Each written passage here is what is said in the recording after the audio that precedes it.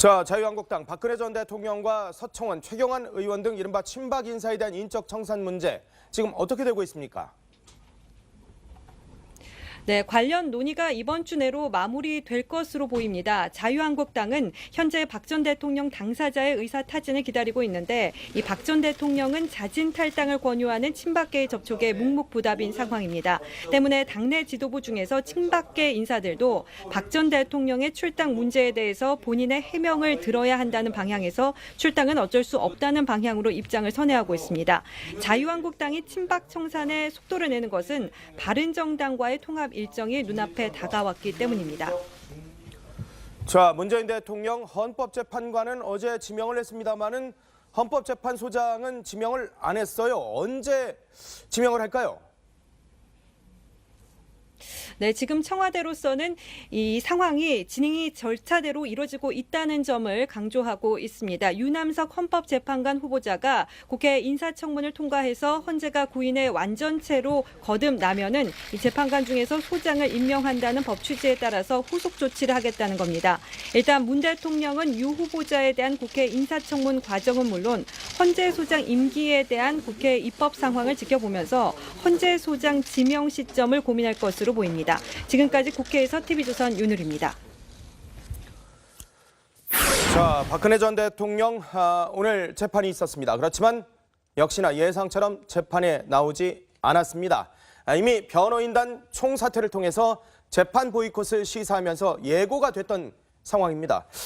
앞으로도 그럼 계속해서 재판을 거부한다 이런 입장입니까? 어떻습니까? 예, 조금 지켜봐야 알겠지만요. 예. 일단은 재판 일정이 차질이 불가피할 것으로 보여집니다. 예. 자, 법원의 구속영장 추가 발부에 반발해서 변호인단 전원 사퇴 결단을 내린 박근혜 전 대통령이 건강상 이유로 오늘 재판에는 불출석하겠다는 뜻을 밝혀왔습니다. 예. 구치소 관계자는 일단 오늘 재판에 불출석하겠다는 의사였고 다음 재판에 대해서는 언급이 없었던 것으로 안다라고 이렇게 전해지고 있는데요. 예. 박 전 대통령이 향후 재판은 재판부의 뜻에 따르겠다면서 사실상 재판 포기 의사를 밝혀서 남은 재판도 계속 불출석하거나 또 정상적인 재판 진행에 협조하지 않을 가능성이 크다는 관측이 나오고 있습니다. 예. 자, 이 경우에 박 전 대통령이 빠진 상태로 걸석 재판을 진행할 수밖에 없습니다. 예. 재판부는 오늘 박 전 대통령과 최순실 또 신동빈 롯데그룹 회장의 그 재판을 열어서 롯데 SK 뇌물 혐의와 관련해 안종범 전 청와대 수석을 증인 신문할 예정이었는데요. 예. 박 전 대통령이 불출석하기로 하면서 결국에는 직권으로 국선 변호인 선임을 결정한 법원은 새 변호인의 사건 기록 파악 때까지 일단은 박 전 대통령의 재판을 열지 않겠다라고 밝혔습니다.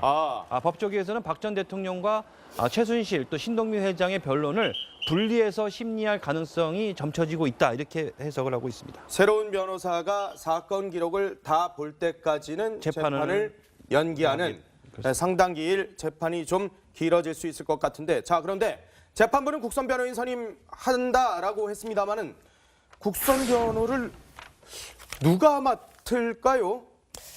일단 국선 변호인은요. 일단 유영하 변호사 측이 사임의사 번복은 없다는 입장이 굳혀지면서 국선 변호사를 맡게 될 텐데 자, 그럼 법원이 국선 변호인을 재판부에서 선임하라고 얘기했다라는 것은 기존의 유영하 변호사든 재판부는 사임했다라고 보는 거죠. 예, 그걸 번복할 수도 없다라고 예. 보는 거거든요. 자, 법원은 그럼 관할구역 안에 사무소를 둔 국선 변호사나 공익법무관 그리고 사법연수생 중에서 국선 변호사를 선정하게 됩니다. 예. 그런데 이 사건은 수사 기록이 10만 쪽인 복잡하고 또 전 국민의 이목이 몰리는 사건이거든요. 그렇죠. 이런 사건을 과연 누구에게 배정해야만 할까요? 예. 일단 이런 국선 사건의 보수는 단 40만 원입니다. 규모가 크면 최대 5배까지 늘려서 재판부가 200만 원까지 지급할 수 있는데요. 한 번에 200만 원이요? 네, 월 200만 원이 아니고 사건 끝날 때까지 총 200만 원 최대한입니다. 사건 끝날 때까지 200만 원이라고요? 네, 아니면 40만 원. 40만 원부터 200만 원까지. 그 사이에서. 아니, 이게 지금 석 달이 네. 갈지 몇 달이 갈지 지금 모르는 상황이잖아요. 지금 10만 쪽을 다 읽어야 되는데. 예, 굉장히 시간도 오래 걸릴 것으로 보이는데요. 예. 이렇게 특이하게 앵커께서도 느끼는 상황이지만 앞서 전두환 노태우 전 대통령 역시 1심 재판 도중에 변호인이 모두 사임한 바가 있습니다. 그때도 역시 국선 변호인들이 최후 변론 때까지 함께한 바 있습니다. 이 사건이 끝날 때까지 최대 200만 원 아니면 최소 40만 원. 네. 변호사라면 뭐 돈으로만 얘기할 수는 없습니다만은 여하튼 이분들도 직업인인데 그래도 생계는 유지를 해야죠. 예, 200만 원을 받고 10만 쪽을 읽고 박근혜 전 대통령을 변호한다. 상식적으로는 좀 가능성이 굉장히 납득하기 어려운 정도의 상황이 벌어질 것 같은데, 자, 그런데 국선 변호인이 여하튼 뭐 선임이 될 수도 있지 않습니까? 그래서 선임이 됐어요. 네. 그렇지만 박근혜 전 대통령이 저는 그런 국선 변호인과 같이 할 수 없습니다라고 거부해버리면 어떻게 되는 겁니까? 그럴 수 있습니다. 접견을 거부할 가능성이 크다는 시각이 법조계에서 나오고 있습니다. 그렇기 때문에 박 전 대통령이 빠진 상태로 이 궐석 재판 진행 얘기가 나오는 겁니다. 예. 이제 철저한 방어 모드로 가면서 사실관계는 인정하되 이 수사는 정치 보복이라는 주장을 적극적으로 피면서 향후에 이 사명 같은 정치적인 해결에 긍정적인 작용을 도모하는 것 아니냐는 해석도 나옵니다. 접견을 거부해서 나는 변호사의 변론을 듣지 않겠습니다. 조언을 듣지 않겠습니다. 이런 가능성이 펼쳐지고 있다는 건데 사실상 본인의 방어권을 포기할 수도 있다라는 그런 얘기입니다. 이 방어권 포기와 관련해서는 잠시 뒤에 있을 이른바 MH그룹과도 연관이 좀 있을 수 있습니다. 정치 보복으로 지금 박근혜 전 대통령이 얘기를 했던 상황이기 때문에 관련한 얘기들이 계속해서 지금 이어지고 있는데요. 자, 자유한국당은 박근혜 전 대통령에게 거듭 자진 탈당을 권유하고 있습니다. 들어보겠습니다. 박근혜 대통령하고 두 의원에 대해서 자진 탈당을 권유했었는데 지금 박근혜 대통령이 최근에 재판정에서 발언하신 내용을 듣고 뭐 생각이 바뀌었느냐 이런 질문이죠. 바뀐 거 없습니다. 그런 발언을 6개월 전에 하셨으면 더 좋았을 거다라는. 자, 조금 전에 류석춘 위원장의 얘기도 들으셨습니다만은 자유한국당 자진 탈당을 계속 권유하고 있습니다만은 박근혜 전 대통령은 친박계 핵심 의원이 보낸 편지조차도 뜯어보지 않을 정도로 지금 일절 대응을 하지 않고 있습니다. 결국 자진 탈당에 대한 확실한 의사도 듣지 못하고 있는 그런 상황인데 박근혜 전 대통령과 친박계도 그러니까 거리를 두고 있는 겁니까? 친박계 역시도 박 전 대통령하고요? 네, 조금 그런 느낌이 좀 느껴집니다. 예. 박근혜 전 대통령은요, 아직 자유한국당의 자진 탈당 권유에 대해서 입장을 밝히지는 않고 있습니다. 예. 자진 탈당 권유를 하고 있는 그 흐름들에 대해서는 인지를 하고 있는 것으로 전해지는데요. 그런 흐름을 넘어서 실제로 당신에게 자진 탈당을 요구하고 있는 그 상황까지 인지하고 있는지에 대해서는 아직 명확하게 알려지지는 않고 있습니다. 어제 저희 김미선 앵커가 단독으로 전해드렸던 내용, 최근 친박계 의원이 구치소로 편지를 보냈는데 예. 박 전 대통령이 봉투를 뜯어보지도 않고 반송시킨 점을 미뤄봤을 때는요, 자진 탈당을 요구하는 그런 흐름, 그런 상황 자체도 마주하고 싶지 않다. 이런 점을 애둘러 표출한 것으로 보이는데요. 예. 박 전 대통령을 접견하는 유일한 변호사, 유영하 변호사 역시 자유한국당 측의 전화를 받지 않는 상황이고요. 최근에 한 친박 인사에게는 당내에서 좀 싸워달라 이런 문자 메시지도 보낸 것으로 알려지고 있는데요. 네. 친박계 진영은요, 보수 대통합과 박 전 대통령의 탈당은 별개의 문제다. 네. 이 정도로만 싸워주고 있는 그런 상황입니다. 그쪽에서 느끼기에는 조금 부족할 수도 있겠죠. 애초에 가졌던 입장과는 조금은 약간 네, 그렇습니다. 후퇴한 듯한 입장으로 읽힐 수 있는 그런 상황이 벌어지고 있는데 그런데 자유한국당도 약간 좀 머뭇거리는 듯한 느낌이에요. 그렇죠. 윤리위원회 지금 계속 연기하고 있는 것 같은데요. 네, 맞습니다. 본인이 이제 미국 가기 전에 이제 박 전 대통령의 출당 문제를 좀 매듭짓겠다. 홍준표 대표 말했던 홍준표 대표 역시 예. 이 재판 자체를 거부하면서 억울함을 호소하고 있는 이제 박 전 대통령이 어떻게 버티기에 나름 게 좀 주춤하는 이런 모양새예요. 어허. 홍 대표는 박 전 대통령의 법정 발언 이후에 이 당사자의 의중을 들어보겠다면서 원래 당초에 어제로 예정됐던 윤리위원회 개최를 일단 연기를 했습니다. 네. 이 자유한국당도 이제 지도부가 박근혜 전 대통령에 대한 출당 권유를 하는 거를 이제 방향을 정했으면서도 날짜는 계속 차일피일 지금 미루고 있는 그런 상황이거든요. 예. 눈치를 보면서 어떻게 보면 이제 대답 없는 박 전 대통령한테 자꾸 이제 탈당을 해라 이러면서 요구를 하는 게 어떻게 보면 정당성에 좀 약간 어긋날 수도 있다 이렇게 보고 있는 것 같아요. 예, 당 예. 내부에서는 자칫 이제 박 전 대통령에 대한 일방적인 이제 이별 통보가 결국은 당내 내분으로도 연결될 수 있다 이런 우려감도 좀 표출이 되고 있는 상황인데요.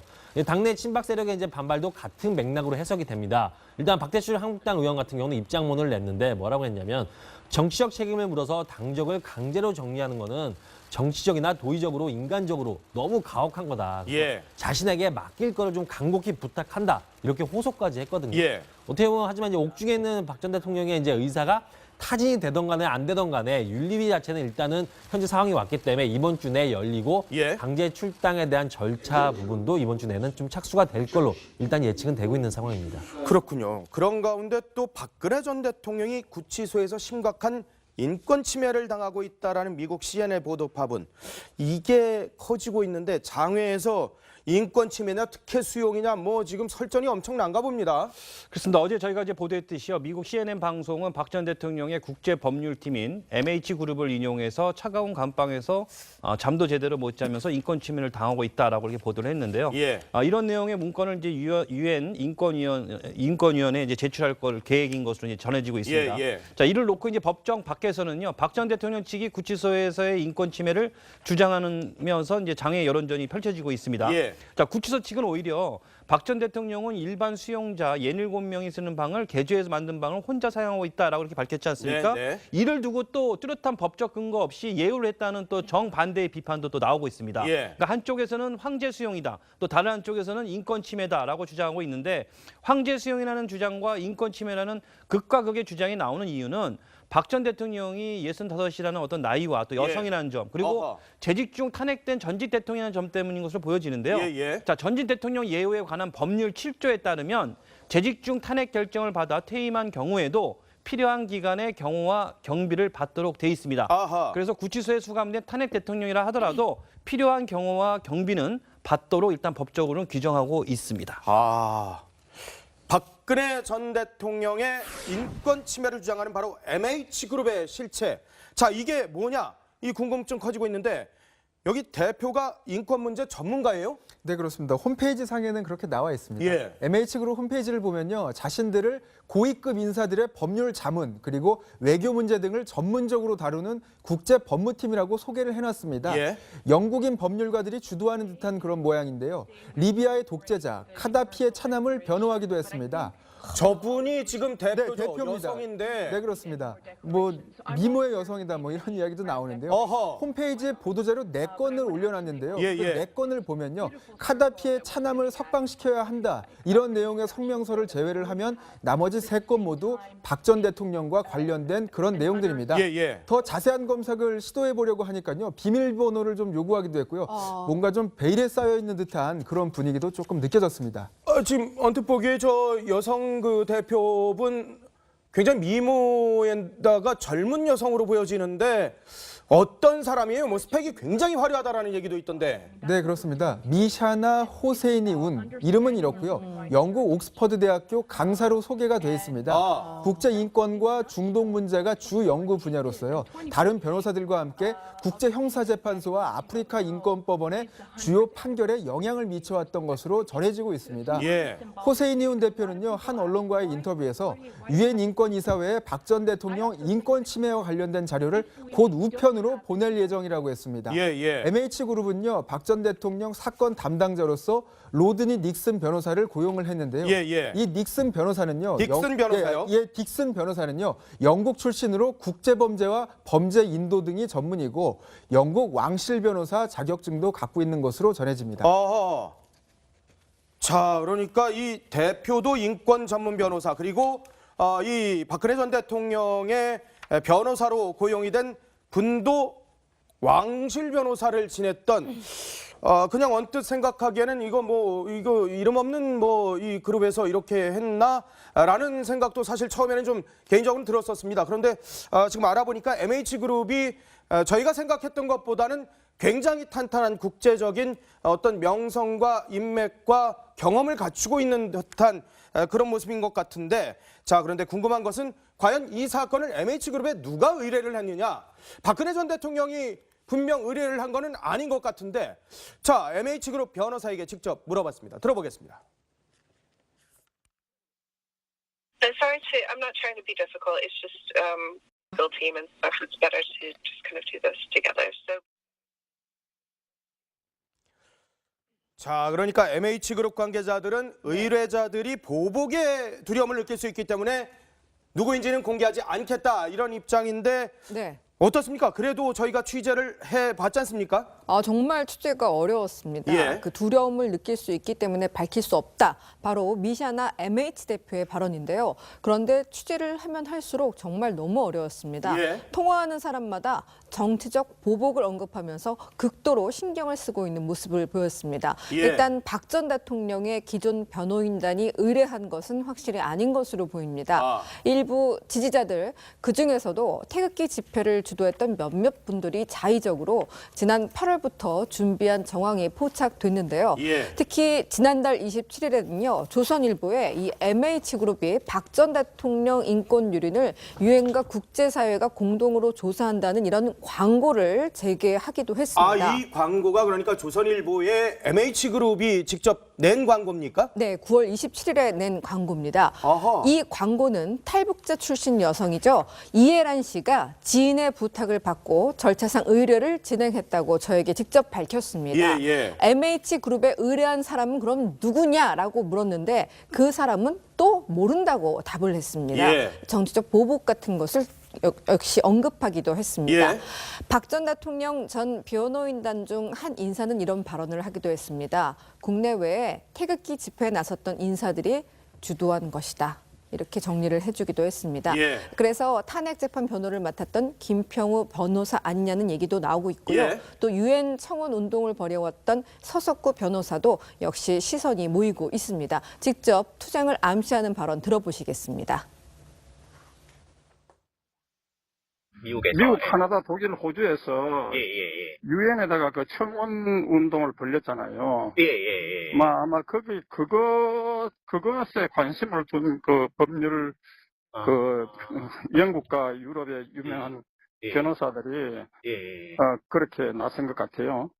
그 미국 대표는 김평우고, 김평우 선생님, 저 한국 대표는 저고.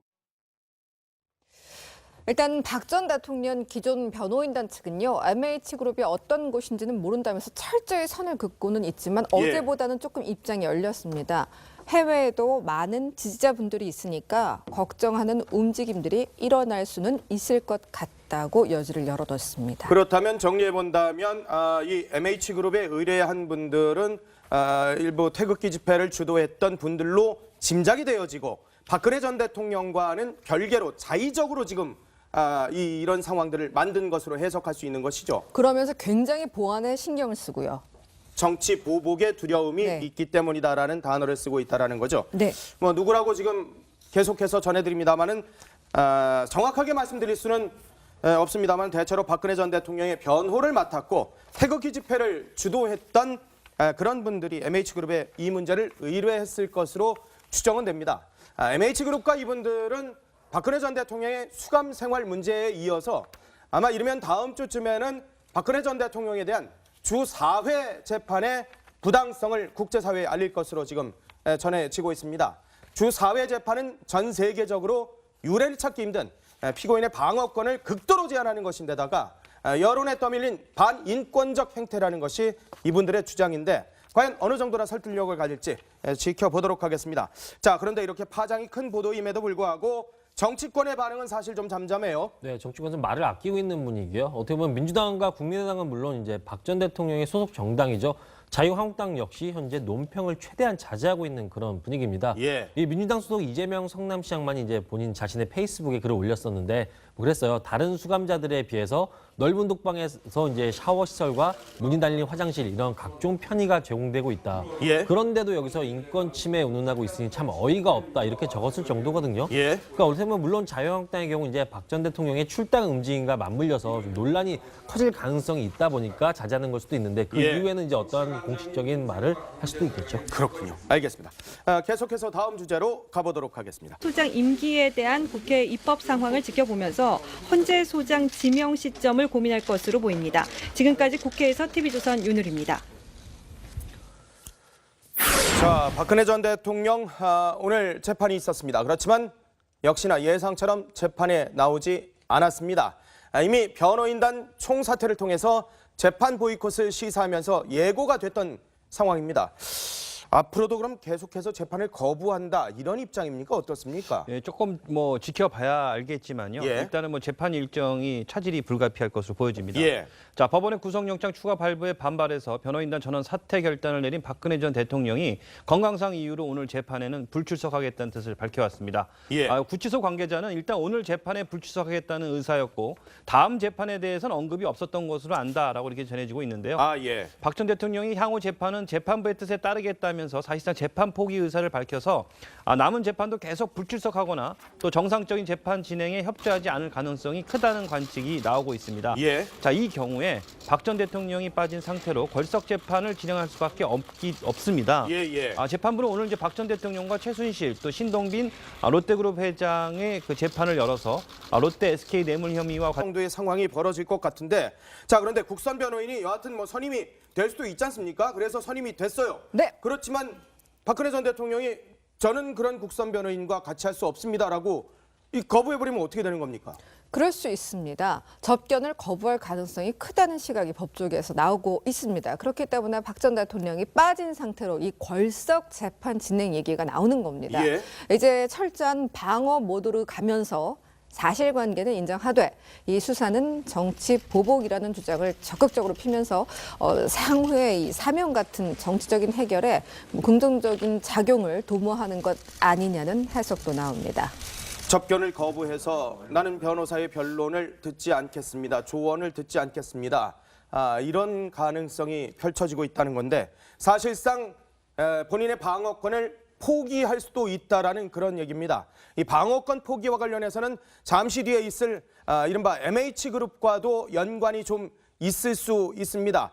정치 보복으로 지금 박근혜 전 대통령이 얘기를 했던 상황이기 때문에 관련한 얘기들이 계속해서 지금 이어지고 있는데요. 자, 자유한국당은 박근혜 전 대통령에게 거듭 자진 탈당을 권유하고 국민의 이목이 몰리는 사건이거든요. 그렇죠. 이런 사건을 과연 누구에게 배정해야만 할까요? 예. 일단 이런 국선 사건의 보수는 단 40만 원입니다. 규모가 크면 최대 5배까지 늘려서 재판부가 200만 원까지 지급할 수 있는데요. 한 번에 200만 원이요? 네, 월 200만 원이 아니고 사건 끝날 때까지 총 200만 원 최대한입니다. 사건 끝날 때까지 200만 원이라고요? 네, 아니면 40만 원. 40만 원부터 200만 원까지 그 사이에서. 아니 이게 지금 뭐 석 달이 네. 갈지 몇 달이 갈지 지금 모르는 상황이잖아요. 지금 10만 쪽을 다 읽어야 되는데. 예, 굉장히 시간도 오래 걸릴 것으로 보이는데요. 예. 이렇게 특이하게 앵커께서도 느끼는 상황이지만 앞서 전두환 노태우 전 대통령 역시 1심 재판 도중에 변호인이 모두 사임한 바가 있습니다. 그때도 역시 국선 변호인들이 최후 변론 때까지 함께한 바 있습니다. 이 사건이 끝날 때까지 최대 200만 원 아니면 최소 40만 원. 네. 변호사라면 뭐 돈으로만 얘기할 수는 없습니다만은 여하튼 이분들도 직업인인데 그래도 생계는 유지를 해야죠. 예, 200만 원을 받고 10만 쪽을 읽고 박근혜 전 대통령을 변호한다. 상식적으로는 좀 가능성이 굉장히 납득하기 어려운 점. 자, 자유한국당 박근혜 전 대통령과 서청원, 최경환 의원 등 이른바 친박 인사에 대한 인적 청산 문제 지금 어떻게 되고 있습니까?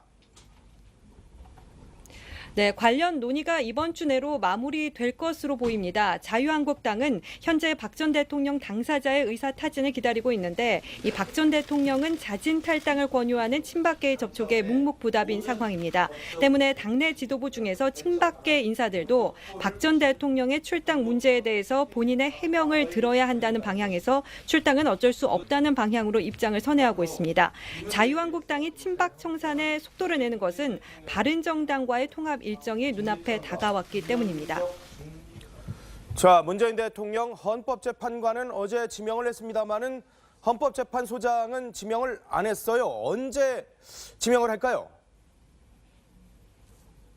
네, 지금 청와대로서는 이 상황이 진행이 절차대로 이루어지고 있다는 점을 강조하고 있습니다. 유남석 헌법재판관 후보자가 국회 인사청문을 통과해서 헌재가 구인의 완전체로 거듭나면은 이 재판관 중에서 소장을 임명한다는 법 취지에 따라서 후속 조치를 하겠다는 겁니다.